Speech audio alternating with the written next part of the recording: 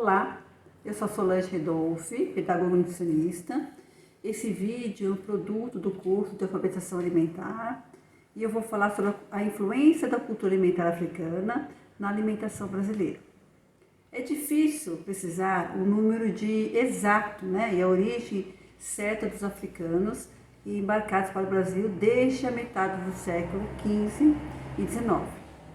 Mas, segundo registros, os navios negreiros, ou tumbeiros, trouxeram dezenas e centenas de africanos de várias etnias, que eles foram direcionados a diferentes atividades econômicas, como o engenho de açúcar, mineração, lavouras brasileiras, fazendas de gado, cafezais e nos centros urbanos. E, com relação a isso, eles tiveram sua alimentação diferenciada, tendo em vista a atividade econômica que eles desenvolviam, ou seja, eles não tinham a mesma dieta alimentar. A nossa cultura ela é repleta de pratos e ingredientes originários da cultura africana ou criados pelos africanos aqui no Brasil. O modo africano de cozinhar e temperar incorporou elementos culinários e práticos tipos portugueses, indígenas e também influência de outros povos, que foram se transformando as receitas originais e dando a forma à cozinha brasileira. A influência africana na dieta brasileira ela possui dois aspectos importantíssimos destacar. Que o primeiro diz respeito ao modo de preparar e temperar os alimentos. O segundo é a introdução de ingredientes na culinária brasileira, e onde os engenhos de açúcar, onde foi levado as mulheres negras, então as cozinhas eram entregues na mão delas e elas se cozinhavam para os colonizadores, porque as suas mulheres não estavam. E com isso elas foram responsáveis pela alimentação dos senhores brancos, e com a necessidade de suprir essa demanda tanto deles, negros, como dos senhores, elas passaram a adaptar os seus hábitos culinários aos ingredientes da colônia. Então a gente percebe que a condição em que os escravos foram submetidos a determinadas situações explica o modo de cozinhar, como foi desenvolvida essa técnica culinária dos africanos aqui no nosso país. Porque eles não trouxeram com eles, na sua bagagem, muitos ingredientes, então eles foram se adaptando aos ingredientes que a gente tinha aqui no Brasil, utilizando as suas técnicas de preparo.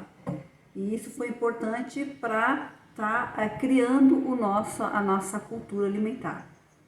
Tanto é que na ausência do inhame, muito utilizado por eles na África, eles usaram mandioca. Carentes da pimenta africana, eles usaram e abusaram do azeite de dendê, que eles já conheciam lá na África.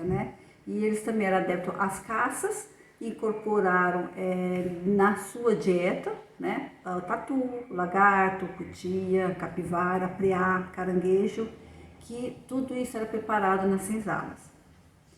O importante também destacar que a cozinha africana privilegia os assados em detrimento das frituras.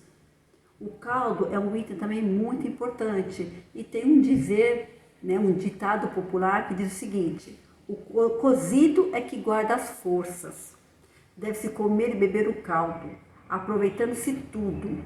Galinha assada não tem força, porque não tem caldo. O caldo é a força da comida. E segundo registro também, com a vinda dos africanos, não significou somente a inclusão da forma de preparo dos ingredientes, da dieta colonial para o Brasil, mas sim também uma transformação na própria culinária deles. Ou seja, muitos pratos afro-brasileiros, que fazem parte do continente africano, assim como vários pratos, foram reinventados com o uso dos nossos ingredientes. Como, por exemplo, no caso da mandioca, então também teve esse caminho de tanto ser aqui no Brasil, como de voltar essa preparação para a África. Ou seja, muitas soluções culinárias foram obtidas com vegetais brasileiros sob a fórmula africana. E segundo o Larousse, ele fala o seguinte, que o negro ele introduziu na cultura o leite de coco da Bahia, o azeite de dendê, que é um excelente tempero, ele fala da questão da pimenta malagueta, do feijão preto, o quiabo, né, que ele ensinou justamente o que? A preparar o vatapá, o caruru, o munguzá, a acarajé, o angu e a pamonha. Então, itens esses essenciais, né? E o que destaca-se também na culinária africana é o colorido dos pratos. Tanto é que a gente lista algumas preparações que vocês estão visualizando, né? O cuscuz, ele é um prato muito típico da região do Nordeste, né? Preparado muito para usar no café da manhã. O acarajé, que é um prato, quando se fala no alimento africano, todos lembram do acarajé, é um prato saboroso, né, da culinária. O quibepe, que é uma preparação que a gente utiliza a abóbora, a carne de sol, a carne de charque, né, que é feito uma espécie de purê e ele é muito consumida. O munguzá, né, muito conhecido por nós, uma canjica, que aí ela utiliza também o leite de coco e especiarias, como a canela, para dar um sabor. E eu vou destacar para vocês, colocar justamente a feijoada, né? Que a gente colocou, que a gente tem nas nossas preparações. Só que a feijoada, ela tem ela não é, né, assim, um alimento típico da África, né? Então há controvérsias quanto à história, o fato de falar que ela é de origem africana, né? Onde os negros utilizavam as partes da pata, a orelha. Essas partes dos animais eram partes nobres naquela época, então a gente não tinha essa separação de carne, de mais tipos de variedade de carne. Então essa carne ela era consumida por todos, né? Então não dá para dizer que era somente uma carne que não era consumida pelos senhores e que ficavam para os escravos, porque a gente tinha escassez de alimento. Então a gente tem uma controvérsia aí com relação à questão da feijoada, né? Que dizem que ela é de origem brasileira, né? E se deu lá no Rio de Janeiro. Então assim, ainda existe algo a se esclarecer. O que eu acho importante estar colocando para vocês também, que quando a gente fala da influência de alimentos de outra região na nossa cultura, a gente também está falando da questão afetiva dos alimentos, né? A gente está falando da formação de hábitos alimentares.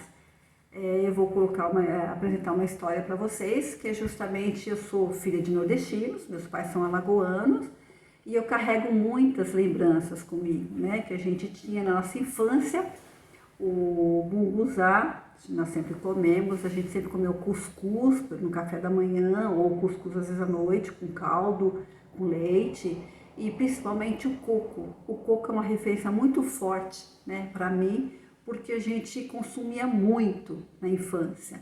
Então, desde a hora que meus pais, eles pegavam o coco, né, que eles iam cortar o coco, tirar a água, né, do coco para depois utilizar nas preparações muito comuns, o arroz com coco, feijão com coco, e essa lembrança afetiva do coco eu tenho muito por conta da Semana Santa, né, que é onde a gente juntava os primos, avós, os tios, os meus pais, e a gente fazia a celebração com o coco, né, o coco estava presente em toda a base da comida pra gente.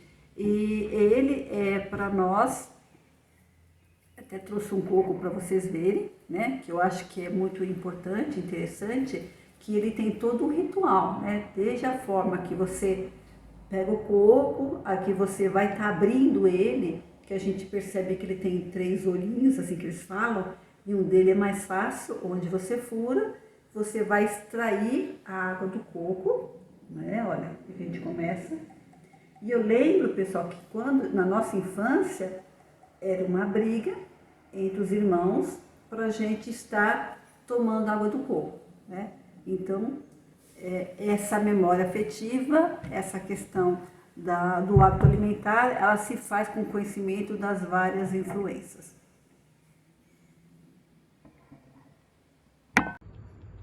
E aí, gostou do vídeo? Deixe seu like e se inscreva no canal.